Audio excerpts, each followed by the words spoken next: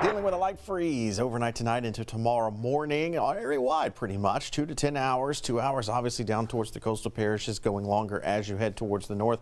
People, pets, plants, those are the things that we are going to protect. So we're looking in on people that don't have reliable heat, bringing in the outdoor pets or making sure they have adequate shelter, and any plants you want to try and save, you either need to cover or bring inside. Not going to be cold enough or cold enough long enough for the pipes to be an issue.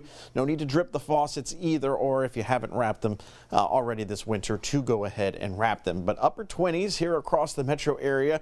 We're looking at 28 for that projected low right around daybreak, and then as we make our way through the day, it's going to be a gorgeous weather day. We're going to top out right around 60 degrees for the afternoon high. Plenty of sunshine in the forecast, so obviously no threat of rainfall for our New Year's Eve plan.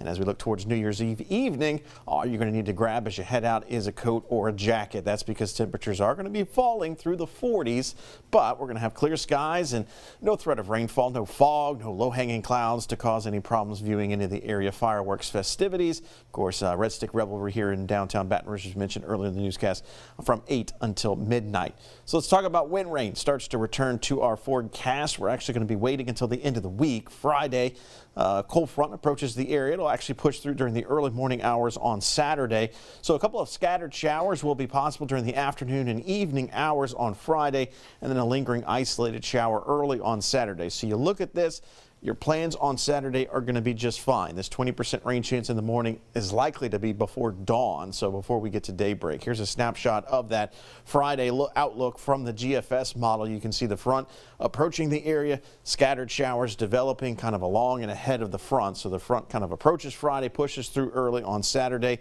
We'll have those scattered afternoon, evening showers on Friday with the lingering rain on Saturday morning, but most expected to receive less than 1/4 of an inch of rainfall, maybe even less than 1/10 of an inch of rainfall as it stands right now. So we're going to have high pressure situated in the eastern Gulf by the time we get towards the end of the week. It's actually going to allow for some southerly wind flow to return across our area, so bringing in some moisture off the Gulf. So this front will have limited moisture to work with, and because of that, we're not expecting severe weather, not expecting any flood concerns, but we will have some of this rain kind of developing up and along the front. Low continues to track off towards the east, and in doing so, we'll take the front with it, and we'll see the drier air working on the backside of the front. The big change from this front to some of our previous fronts is not going to have the Arctic blast behind it, so we will see a drop in temperature, but it's going to be more subtle in nature, maybe not quite as noticeable as the last few fronts that have moved through. You'll notice here with the rainfall projection from the model that I just showed you, the GFS, the outlook of rainfall very, very manageable, less than 1/10 of an inch of rain, so barely enough to really wet the pavement. That's the overall expectation with this next rainmaker as it moves in Friday into Saturday.